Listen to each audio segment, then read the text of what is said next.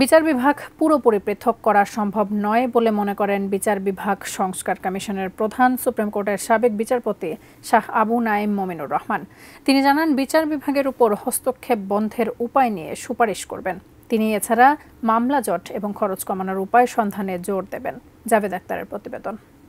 নির্বাচন ব্যবস্থা সংস্কার কমিশনের গত ৩ অক্টোবর ৮ সদস্যের বিচার বিভাগ সংস্কার কমিশন গঠন করে দেন অন্তর্বর্তীকালীন সরকারের প্রধান উপদেষ্টা অধ্যাপক ডক্টর মোহাম্মদ ইউনূস। বিচার বিভাগকে স্বাধীন, নিরপেক্ষ ও কার্যকর করতে প্রয়োজনীয় সংস্কার প্রস্তাব প্রণয়নের লক্ষ্যে এই কমিশন গঠন করা হয়।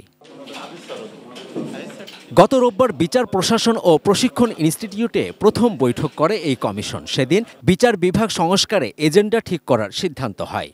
একই জায়গায় মঙ্গলবার দ্বিতীয় বৈঠক হয়, যাতে সভাপতিত্ব করেন কমিশন প্রধান বিচারপতি Shah Abu Naim Mominur Rahman.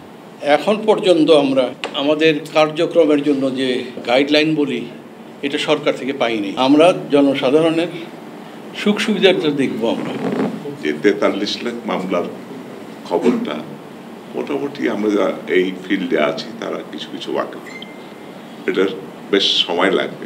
Delay and backlog ওটা আমাদের অন অফ দি ইস্যুস থাকবে। স্বাস্থ্যকর অল টাইম ফ্যামিলি কেক, সব সময় অল টাইম হেলদি লাইফ। পাশাপাশি মামলার খরচ কমানোর বিষয়ে গুরুত্ব দিয়ে কাজ করার কথা জানান কমিশন প্রধান। মামলা ফাইলিং এর পরই এই যে সমন জারিটা, এটা একটা বেদনাদায়ক প্রসেস। এটা কিভাবে নিরসন করা যায় সেইটার দিকে আমরা নজর দেব। আপনার মামলার খরচ, কোর্টের বিবিধ খরচা, এটা আপনারা জানেন। কোর্টে ঢুকলেই খরচা আরম্ভ হয়ে যায়। এইগুলি করতে গেলে সে নিঃস্ব হয়ে যায়। আমরা এটাও চেষ্টা করব যে এই খরচাটা কিভাবে কমানো যায়।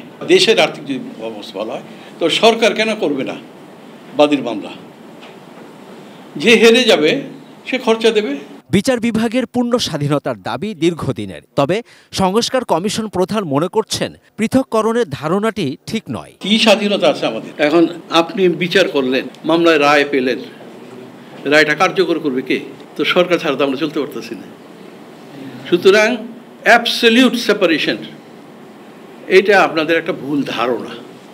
অ্যাবসলিউট সেপারেশন হবে না।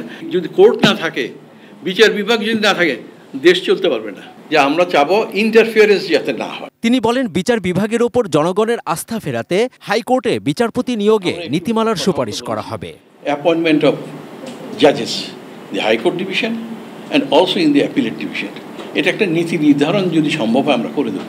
এর গাইডলাইন যদি পড়েন, জজ হবেন, না হলে বাদ যাবেন।